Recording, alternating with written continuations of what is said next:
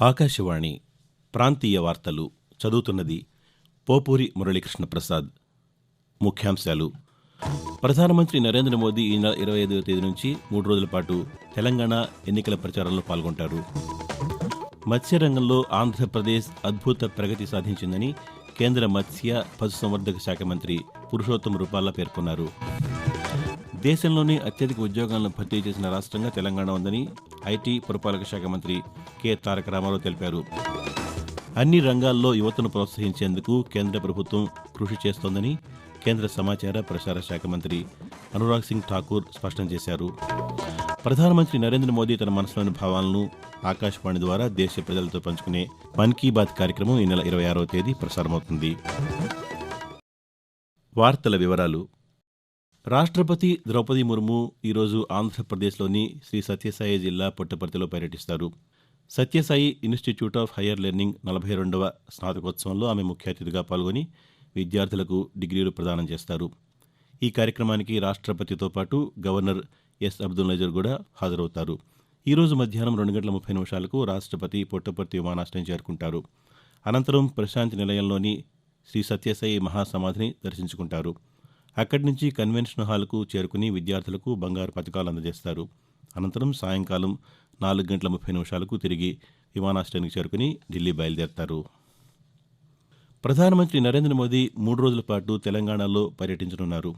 Telangana assembly ఎన్నికల నేపథ్యంలో ఈ నెల 25వ తేదీన మహేశ్వరం, కామారెడ్డిలో జరిగే బహిరంగ సభల్లో ఆయన పాల్గొంటారు.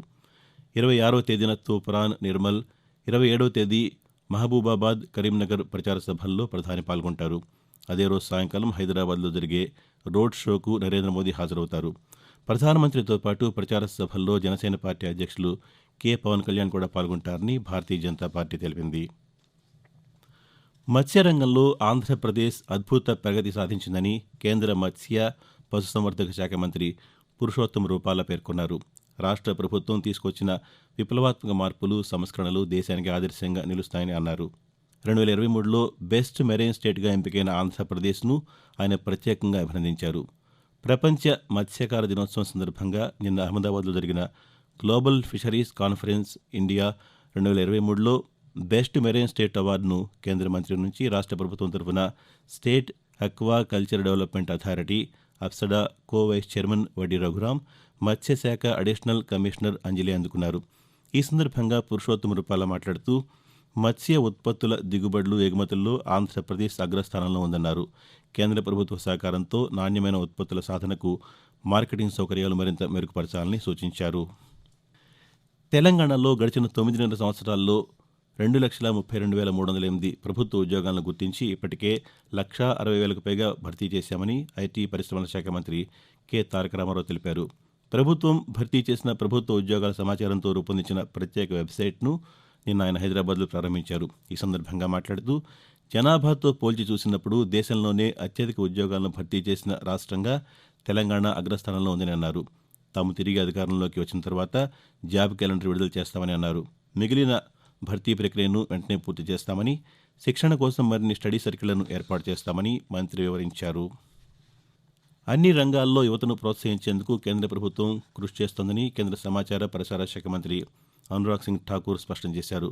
గోవాలో జరుగుతున్న భారత అంతర్జాతీయ చలనచిత్రోత్సవంలో భాగంగా 75 క్రియేటివ్ మైండ్స్ ఆఫ్ టుమారో విజేతల కోసం 48 గంటల ఫిల్మ్ మేకింగ్ ఛాలెంజ్ను ఆయన నిన్న ప్రారంభించారు. ఈ సందర్భంగా అనురాగ్ సింగ్ ఠాకూర్ మాట్లాడుతూ ఉద్యోగాల కల్పన, ఆర్థిక వ్యవస్థ బలోపేతం చేయడంతో పాటు సినిమా రంగంపై ఆసక్తి కలిగిన ఉత్సాహికులను ప్రోత్సహించడానికి కేంద్ర ప్రభుత్వం కట్టుబడి ఉందని తెలిపారు. నీళ్లు, నిధులు, నియామకాలే ప్రధాన అంశంగా తెలంగాణ రాష్ట్రం ఏర్పాటు జరిగిందని కేంద్ర ఆర్థిక శాఖ మంత్రి నిర్మలా సీతారామన్ తెలిపారు. మిగులు బడ్జెట్తో ఏర్పాటైన తెలంగాణ ఇప్పుడు పూర్తిగా అప్పుల పాలైందని పేర్కొన్నారు. హైదరాబాద్లో నిన్న నిర్వహించిన పాతికేయుల సమావేశంలో ఆమె మాట్లాడుతూ తెలంగాణలో ఆర్థిక వ్యవస్థ నిర్వహణ సరిగా లేదని, రాబోయే తరాల ప్రజలపై రుణభారం మోపుతున్నారని ఆరోపించారు. 3,300 కోట్ల రూపాయల బీసీల అభివృద్ధి కోసం వినియోగిస్తామని చెప్పి కేవలం 77 కోట్ల రూపాయలు మాత్రమే ఖర్చు చేశారని, మిగిలిన నిధులు ఎందుకోసం వాడారో తెలియదని నిర్మలా సీతారామన్ పేర్కొన్నారు.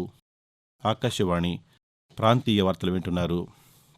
రాష్ట్ర వ్యాప్తంగా ఇప్పటివరకు 81,000 మంది లబ్ధిదారులకు టిడ్కో ఇళ్లను అందించామని, డిసెంబర్ నాటికి మరో 68,000 గృహాలు ప్రారంభిస్తామని ఆంధ్రప్రదేశ్ పురపాలక శాఖ మంత్రి ఆదిమూలపు సురేష్ పేర్కొన్నారు. ఇప్పటికే 24,000 ఇళ్లు పూర్తయినట్టు తెలిపారు.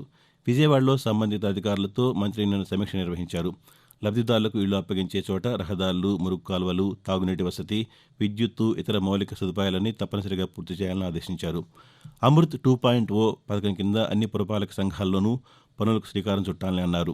టెండర్ల ప్రక్రియ, ఇతర అంశాలపై దృష్టి సారించాలని అధికారులకు మంత్రి సూచించారు. మారుమూల ప్రాంతాల అభివృద్దే కేంద్ర ప్రభుత్వ లక్ష్యమని ప్రధానమంత్రి అదనపు కార్యదర్శి అతీష్ చంద్ర తెలిపారు. ఆంధ్రప్రదేశ్ రాష్ట్రం అల్లూరి సీతారామరాజు జిల్లాలో జరుగుతున్న వికసిత్ భారత్ సంకల్పయాత్ర విజయవంతంగా జరుగుతుందని ఆయన సంతృప్తి వ్యక్తం చేశారు. పాడేరు మండలం వంట్లమామిడి గ్రామంలో నిన్న వికసిత్ భారత్ సంకల్పయాత్ర సమావేశంలో ఆయన పాల్గొన్నారు. ఈ సందర్భంగా అతీష్ చంద్ర మాట్లాడుతూ 2047 నాటికి దేశాన్ని సంపూర్ణ అభివృద్ధి చేయడానికి కేంద్ర ప్రభుత్వం కృషి చేస్తోందని తెలిపారు. ఆరోగ్యశ్రీ, సామాజిక పింఛన్లు, పథకాలు అందని అర్హులైన వారు వికసిత్ భారత్ సంకల్పయాత్రలో దరఖాస్తు చేసుకోవాలని సూచించారు. ప్రధానమంత్రి నరేంద్ర మోదీ తన మనసులోని భావాలను ఆకాశవాణి ద్వారా దేశ ప్రజలతో పంచుకునే మన్ కీ బాత్ మనసులోని మాట కార్యక్రమం 107వ సంచిక ఈ నెల 26వ తేదీ ఆదివారం ప్రసారమవుతుంది. మన్ కీ బాత్ కార్యక్రమానికి ప్రజలు తమ సూచనలు, సలహాలు అందించాలని ప్రధానమంత్రి కోరారు. ప్రజలు తమ స్వర సందేశాలను 18001117800 నెంబర్కు ఈ నెల 24వ తేదీ సాయంకాలం వరకు పంపవచ్చు. ప్రధానమంత్రి నరేంద్ర మోదీ అధ్యక్షతన G20 దేశాధినేతల సమావేశం ఈరోజు వర్చువల్ విధానంలో జరగనుంది. ఈ సమావేశంలో రష్యా అధ్యక్షులు పుతిన్, చైనా ప్రధాని లీ క్యాంగ్ తదితరులు పాల్గొనున్నారు. ఈ ఏడాది సెప్టెంబర్లో ఢిల్లీలో జరిగిన G20 శిఖరాగ్ర సదస్సుకు పుతిన్ హాజరు కాలేదు. ఈ నేపథ్యంలో ఢిల్లీ డిక్లరేషన్ అమలు తీరును సమావేశంలో సమీక్షించనున్నారు. వికసిత్ భారత్ సంకల్పయాత్ర ఆంధ్రప్రదేశ్లోని పార్వతీపురం, మన్యం జిల్లా గుమ్మలక్ష్మీపురం మండలంలోని కొండవాడ, లక్కగూడ గ్రామాల్లో నిన్న జరిగింది. వివిధ శాఖల అధికారులు ఈ కార్యక్రమంలో పాల్గొని ప్రభుత్వ ప్రధాన పథకాల ప్రయోజనాలు, వాటి సమాచారం, సేవల గురించి ప్రజలకు వివరించారు. కార్యక్రమంలో భాగంగా వైద్య శిబిరం నిర్వహించి ప్రజలకు వ్యాధుల పట్ల అవగాహన కల్పించారు. అదేవిధంగా గ్రామంలో రైతులకు డ్రోన్ ద్వారా వ్యవసాయ విధానాలను వివరించారు. అనంతరం గ్రామస్తులతో వికసిత్ భారత్ సంకల్ప ప్రతిజ్ఞ చేయించారు. వాతావరణం. కొమరిన్ తీరం నుంచి ఆంధ్రప్రదేశ్లోని కోస్తా ప్రాంతాన్ని ఆనుకుని పశ్చిమ మధ్య బంగాళాఖాతం వరకు ఉపరితల ద్రోణి విస్తరించింది. దీని ప్రభావంతో సముద్రం మీదుగా తూర్పు గాలులు వీస్తున్నాయి. దీంతో ఈశాన్య రుతుపవనాలు చురుగ్గా కదులుతున్నాయి. వీటి ప్రభావంతో రాబోయే 24 గంటల్లో కోస్తా, రాయలసీమల్లో పలు ప్రాంతాల్లో వర్షాలు కురుస్తాయని అమరావతిలోని భారత వాతావరణ కేంద్రం తెలిపింది. రేపు, ఎల్లుండి దక్షిణ కోస్తా, రాయలసీమలోని అనేక చోట్ల వర్షాలు కురుస్తాయని, ఉత్తర కోస్తాలోని పలు చోట్ల భారీ వర్షాలు కురుస్తాయని వెల్లడించింది. సముద్ర తీరం వెంబడి బలమైన గాలులు వీస్తున్నందున మత్స్యకారులు చేపల వేటకు వెళ్లరాదని హెచ్చరించింది.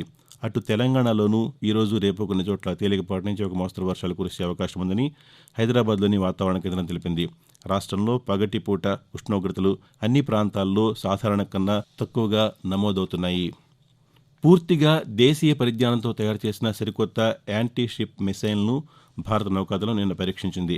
రక్షణ పరిశోధన అభివృద్ధి సంస్థ DRDO సహకారంతో రూపొందించిన ఈ మిసైల్ను ఆంధ్రప్రదేశ్లోని విశాఖపట్నం సమీపాన బంగాళాఖాతంలో హెలికాప్టర్ నుంచి ప్రయోగించి పరీక్షించారు. పూర్తి స్వదేశీ సాంకేతికతతో తొలిసారి రూపొందించిన ఈ క్షిపణి లక్ష్యాన్ని అత్యంత ఖచ్చితత్వంతో ఛేదించిందని నౌకాదళం వెల్లడించింది. ప్రాంతీయ వార్తలు ముగించే ముందు ముఖ్యాంశాలు మరోసారి. ప్రధానమంత్రి నరేంద్ర మోదీ ఈ నెల 25వ తేదీ నుంచి 3 రోజుల పాటు తెలంగాణ ఎన్నికల ప్రచారంలో పాల్గొంటారు. మత్స్య రంగంలో ఆంధ్రప్రదేశ్ అద్భుత ప్రగతి సాధించిందని కేంద్ర మత్స్య, పశుసంవర్ధక శాఖ మంత్రి పురుషోత్తమ రూపాల పేర్కొన్నారు. దేశంలోనే అత్యధిక ఉద్యోగాలను భర్తీ చేసిన రాష్ట్రంగా తెలంగాణ ఉందని ఐటీ, పురపాలక శాఖ మంత్రి కె తారక రామారావు తెలిపారు. అన్ని రంగాల్లో యువతను ప్రోత్సహించేందుకు కేంద్ర ప్రభుత్వం కృషి చేస్తోందని కేంద్ర సమాచార, ప్రసార శాఖ మంత్రి అనురాగ్ సింగ్ ఠాకూర్ స్పష్టం చేశారు. ప్రధానమంత్రి నరేంద్ర మోదీ తన మనసులోని భావాలను ఆకాశవాణి ద్వారా దేశ ప్రజలతో పంచుకునే మన్ కీ బాత్ కార్యక్రమం ఈ నెల 26వ తేదీ ప్రసారమవుతుంది. ఆకాశవాణి ప్రాంతీయ వార్తలు ఇంతటితో సమాప్తం.